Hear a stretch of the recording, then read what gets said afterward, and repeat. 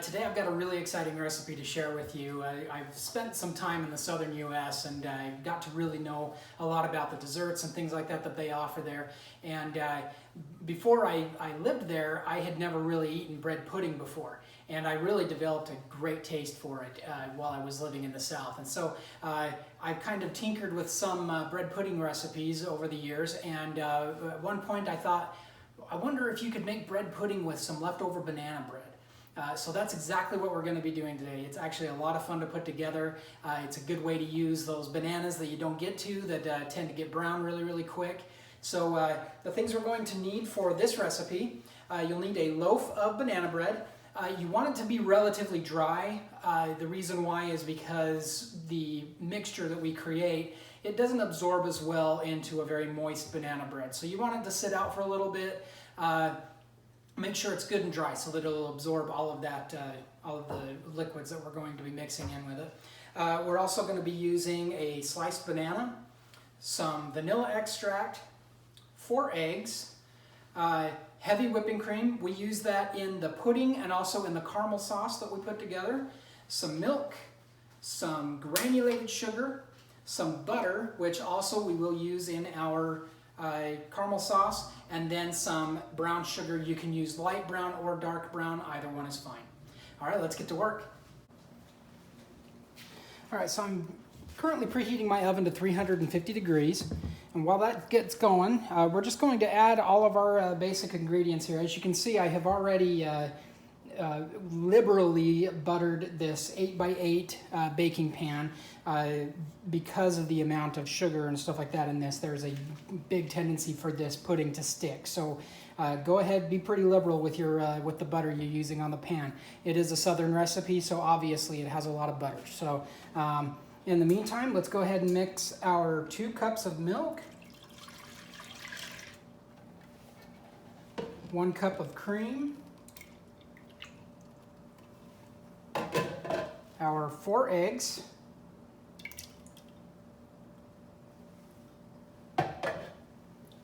1/3 cup of sugar, and a teaspoon of vanilla extract. Use the pure stuff. I am a purist when it comes to the vanilla extract. I am not a big fan of the imitation stuff. It tastes fake to me. There's just no genuine flavor to that. So give this a good whisking.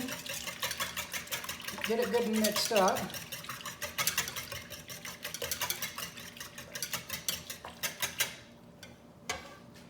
Then you're going to add roughly 6 cups of banana bread to this. Now, that's usually about a loaf. And don't add it all at once. Just add a little bit at a time. Mix it in. That way you're going to have some pieces that are a little bit more soaked than others, some that are drier than others. That gives it a good texture. Now, if you don't have a good recipe for a banana bread, I will put one down in the description of the video. This recipe I have, I've used for years. It's pretty basic, not a lot to it. Sometimes I'll add toppings to it, like a brown sugar and pecan kind of topping or something like that. But really, banana bread, the secret to any good banana bread is using bananas that are on the verge of being rotten. You want them to be really, really ripe. That way they're nice and sweet when you mix them with the other ingredients. So it's the kind of bananas that are so soft you wouldn't normally eat them, but they're not quite rotten yet. So those are the best bananas to use for your banana bread. And lastly, just for a little bit of texture and a little bit of flavor, we're just going to add 1 sliced banana. You can slice it as thin or as thick as you want to. It just adds a little bit of flavor in there and makes things a little bit exciting. So let's get this all mixed up.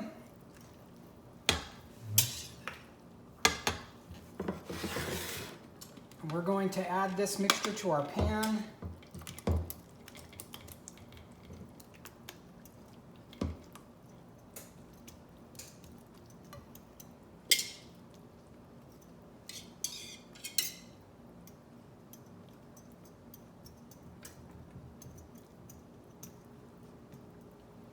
Try to level it out as best you can there.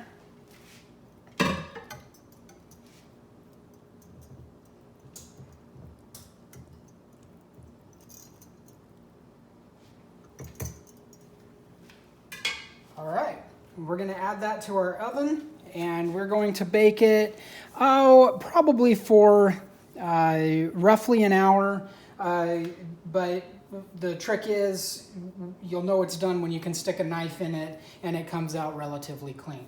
So we'll go ahead and throw that in the oven, and in the meantime we'll go ahead and make our caramel sauce that we're going to put on top of it. All right, while we're waiting for that bread pudding to bake, we're going to make a caramel sauce. This is a really basic caramel sauce that I really like to make for a lot of different things. You can pour it over desserts like this. It's another good one that you can use for, say, dipping apples and things like that. It's a really versatile recipe, and it's super easy. So first we're going to add 1 stick of butter. Again, this is a Southern recipe, so if it doesn't have butter, it is not Southern. And we're going to go ahead and melt that butter down.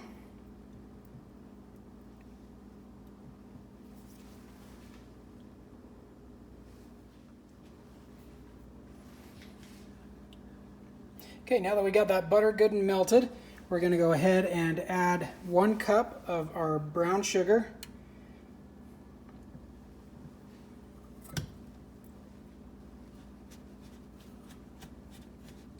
I like using organic brown sugar. It tends to be a little bit more pliable to work with than your regular brown sugar. But of course any kind will work, it's fine. You're also going to add 1/3 of a cup of the heavy whipping cream.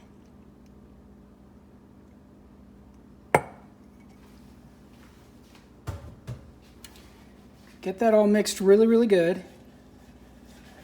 Turn up your heat just a little bit and bring it to a boil.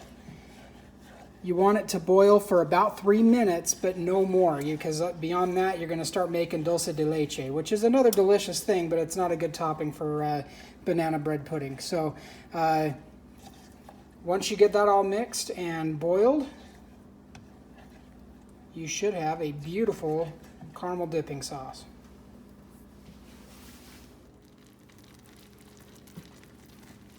All right, let that boil, like I said, for about 3 minutes. Once it's done this, monitor your heat, make sure that doesn't boil over. I'm sure that would be a stinky, sticky mess if that hit your burner. So 3 minutes, no more than that.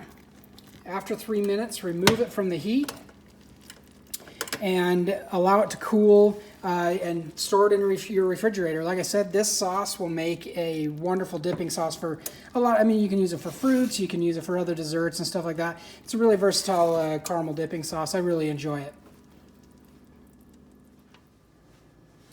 All right, our timer just went off here. Let's take a look at this thing. And my whole house smells wonderful. This is great. Like I said, just check it with the knife. Make sure the knife comes back mostly clean. Let's go ahead and get this bad boy out of here and let it start to cool a little bit. Not too much. It's best to serve this thing warm. But there you go. There's our masterpiece. Let's see how we're going to serve it up. All right. Like I said, just make sure you serve it with a good amount of this caramel topping here. This is a treat. I don't make it too often because it really wouldn't be labeled as health food, but it is a rare treat that we have in our home, and I'm salivating right now as I'm putting this stuff on here. So this is a delicious, delicious dessert. I hope you guys enjoy it. Thanks for being here today.